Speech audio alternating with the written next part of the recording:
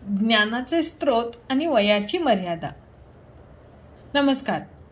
तुम्ही कधी तुमच्यापेक्षा लहान किंवा कमी अनुभवी असलेल्या व्यक्तीचा सल्ला ऐकणं टाळलंय का? आपल्या समाजात एक समज आहे, ज्ञान हे नेहमी ज्येष्ठता, अनुभव किंवा मोठ्या पदवीतूनच येते.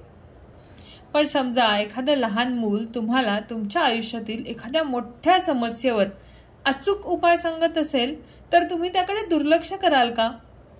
आज आपण अशाच अर्थाचे एक सुभाषित पाहूयात. हे सुभाषित सांगते की ज्ञानाचा स्रोत नाही तर त्या ज्ञानाची उपयोगिता अधिक महत्त्वाची असते. बालादपि ग्रहीतव्य युक्तायुक्तम मनीषिभिः रवेः अविषये किं न प्रदीपस्य प्रकाशनम. बालादपि ग्रहीतव्यम युक्तायुक्तम मनीषिभिः या पहिल्या ओळीचा अर्थ पाहूयात. विचारवंतांनी युक्तायुक्तम म्हणजे योग्य काय आणि अयोग्य काय, बालाद अपि म्हणजे लहान मुलांकडूनही, मनीषिभिः म्हणजे समजून घ्यावे. विचारवंतांनी, बुद्धिमंतांनी योग्य काय अयोग्य काय हे प्रसंगी लहान मुलांकडूनही समजून घ्यावे. यासाठी एक उत्तम उदाहरण पुढच्या ओळीमध्ये वापरलं आहे. रवेः अविषये किं न प्रदीपस्य प्रकाशनम म्हणजे रवी म्हणजे सूर्य. रवेः अविषये म्हणजे जिथे सूर्याचा प्रकाश जात नाही, जिथे सूर्याचा प्रकाश पोहोचत नाही. किं न प्रदीपस्य प्रकाशनम तिथे साध्या छोट्याशा दिव्याने प्रकाश देऊ नये काय? जिथे सूर्याचा प्रकाश पोहोचत नाही तिथे दिव्याने प्रकाश देऊ नये काय?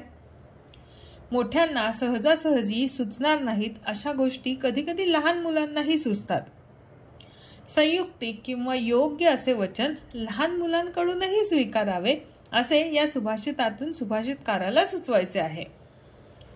तुमच्या आयुष्यातही अनेक समस्या अशा असतात जिथे तुमचा मोठा अनुभव म्हणजे जणू काही त्याला सूर्यप्रकाशाची उपमा दिलेली आहे, जिथे तुमचा मोठा अनुभव कामी येत नाही.